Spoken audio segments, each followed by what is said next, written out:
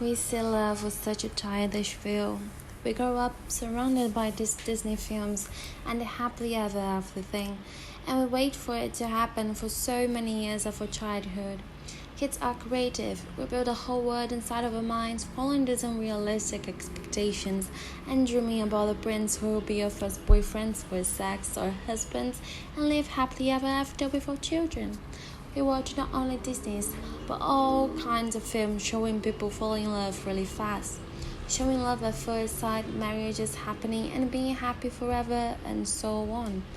And then we grow up, and that's not what we find. We find sadness, cheating, unrequited love, disappointments, and so many other things we weren't prepared for.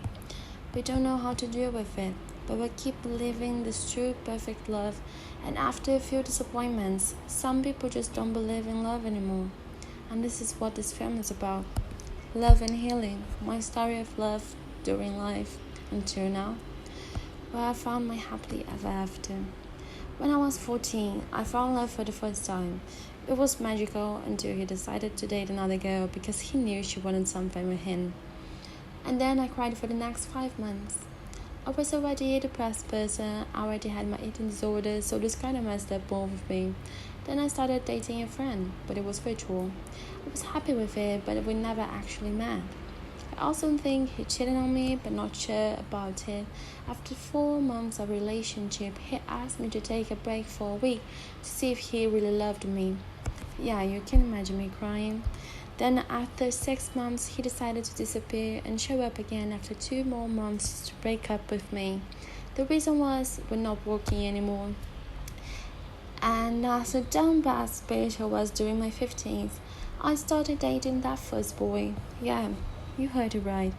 Our first 6 months together was good, except that he spent this whole time lying to me about his ex-girlfriend. And then the next year we spent together was like hell to me.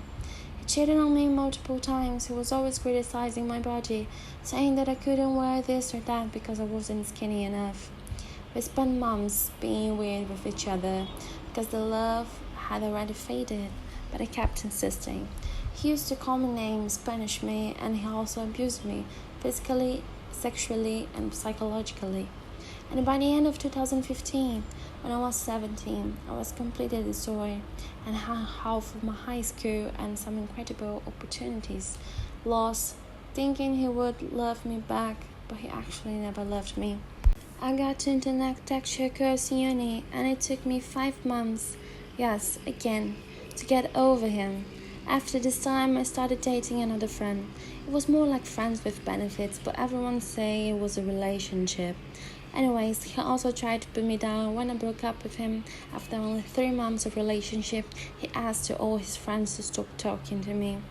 Then, after 5 months, I met someone else. And when I was 18, I got into my 4th relationship. He was 6 months younger, overprotected by his parents, and I was dealing with someone with money, so it was extremely difficult. He also destroyed me many times. When we were together for a year and a half, I was severely depressed, and that destroyed our relationship. We started to use each other as an emotional support, but we were more friends than anything. We stayed together for 2 years and 8 months. In September 2019, I found my true love, also on the internet. He also broke me to pieces several times, and it was hard. But today I understand that we were extremely traumatized. When I met him, I got admitted into the psychiatric ward, and he never left me. I was diagnosed with borderline personality disorder, besides the other illnesses I already knew about. It took us 4 months to get into a healthy relationship with less traumas.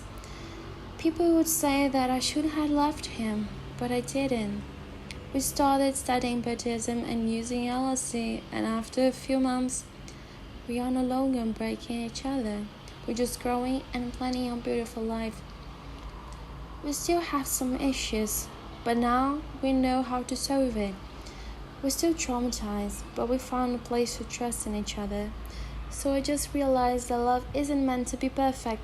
It's about destroying our egos and think more about the other, have a support for the healing process, and just live as happy as we can. This is my meaning of happily ever after. Have balance, love, trust, and talk. I'm 22 now, and I'm already engaged with someone who deeply loves me and cares about me. Love is a valid feeling, but we're not prepared for bad things. We are egoistic, and we never admit we're wrong. I was cheated, abused, destroyed, and treated as rubbish, but I'm healing, and I do believe in love again.